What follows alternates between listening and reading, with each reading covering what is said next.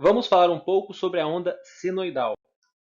A corrente alternada possui esse nome devido à mudança de sentido ao longo do tempo. Isso nós já vimos. Ela tem parte positiva e parte negativa. O formato de onda produzido pelo gerador Ca é sinusoidal, ou seja, o formato de um seno, como foi mostrado também anteriormente. Agora, este formato pode ser de um seno ou de um cosseno. Qual a diferença de seno e cosseno? Apenas onde ele começa. O seno começa no zero, o cosseno começaria aqui em cima. Ambas as formas são senoidais. Então, a representação matemática da corrente alternada é a função trigonométrica seno ou cosseno. A tensão ao longo do tempo vai ser o quê? Vm, que é um valor de pico, seno de ômega-t mais φ. Ou Vm cosseno de ômega-t mais φ. Não existe muita diferença entre os dois, uma vez que as duas ondas são senoidais. Só relembrando aqui, a função seno é uma função que possui máximo 1 e mínimo menos 1. Então, vou desenhar a função seno aqui. A função seno vai ter esse máximo 1 e esse mínimo menos 1. Se eu multiplico o seno pelo Vm, qual vai ser o máximo que eu vou ter nessa onda? Eu vou ter mais Vm, e meu mínimo vai ser menos Vm.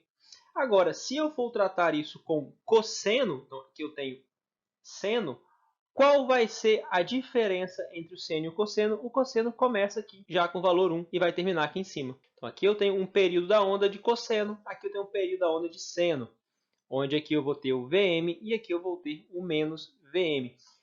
Vejam que não vai fazer muita diferença, uma vez que essa onda vai continuar oscilando ao longo do tempo. A mesma coisa com essa onda aqui. Então, no final, pode ser representado pelas duas funções, ou seno ou cosseno. Cada ponto da função seno ou cosseno possui dois valores que o representam. Os valores da abscissa e ordenada, x e y, ou o ângulo e a amplitude. Este ângulo se refere à inclinação da armadura no campo magnético, enquanto a amplitude é o valor máximo atingido pela função.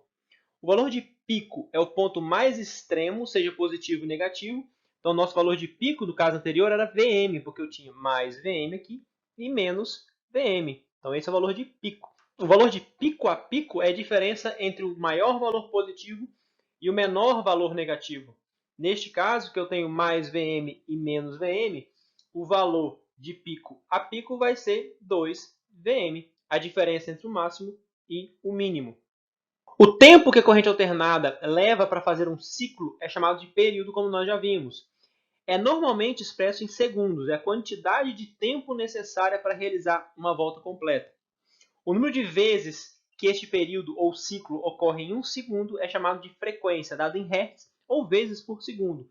Então, a nossa onda, a frequência da nossa tensão alternada é 60 Hz. Então, a cada segundo existem 60 períodos. O período é inversamente proporcional à frequência, dado pela relação onde frequência é igual a 1 sobre o período. Então, são inversamente proporcionais. F é frequência, dado em vezes por segundo, T o período, dado em segundos. Vimos anteriormente que a função da tensão vai ser igual a Vm seno de ômega-t mais φ. Para encontrar a corrente, basta fazer tensão sobre resistência. O resultado também vai conter um seno. Então, a corrente, o I de T, vai ser igual a 1m seno de ômega-t mais φ. Agora, e se eu for calcular a potência? Já a potência eu teria que multiplicar tensão e corrente. Neste caso, não vai ser tão trivial. Por ter essa característica alternada e periódica, a utilização da função seno ou cosseno para os cálculos de potência não são triviais. Desta forma, foi estabelecido o valor eficaz, ou RMS, que do inglês significa root mean square, ou o valor quadrático médio. Essa é a quantidade em Ca que produz a mesma potência que em Cc. A média de uma onda alternada, a média de um seno, é zero. Por isso que agora eu vou entrar com o valor eficaz. Vou fazer um cálculo matemático para encontrar um valor não médio, porém um valor que, se eu substituir essa onda senoidal por uma contínua, vai ter os mesmos efeitos de potência. O processo matemático para encontrar esse valor é tirar a raiz quadrada da média do valor quadrado. Considerem esse sinal de tensão. Eu vou elevar esse sinal ao quadrado. Vamos considerar antes aqui valendo 1 e aqui valendo menos 1 para simplificar os cálculos.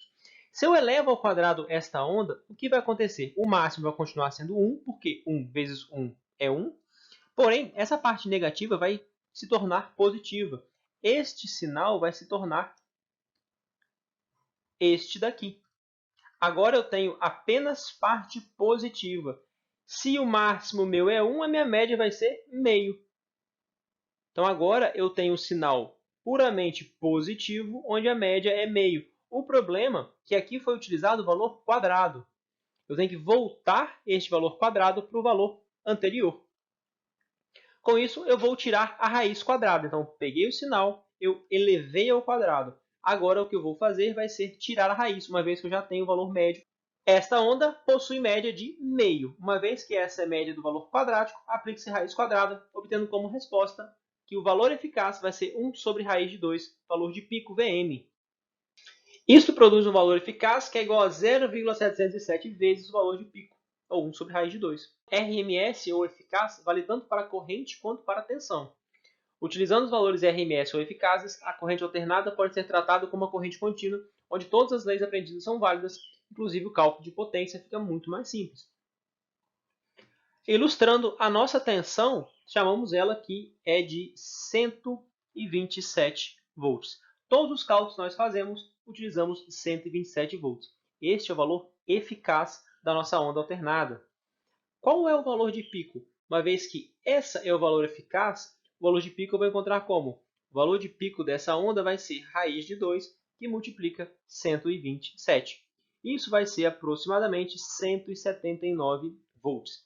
Então, isso quer dizer que a nossa tensão alternada da tomada, sendo ela 127 volts, é 127 volts eficazes, e a onda senoidal ela vai possuir um máximo de 179 volts e um mínimo de menos 179 volts.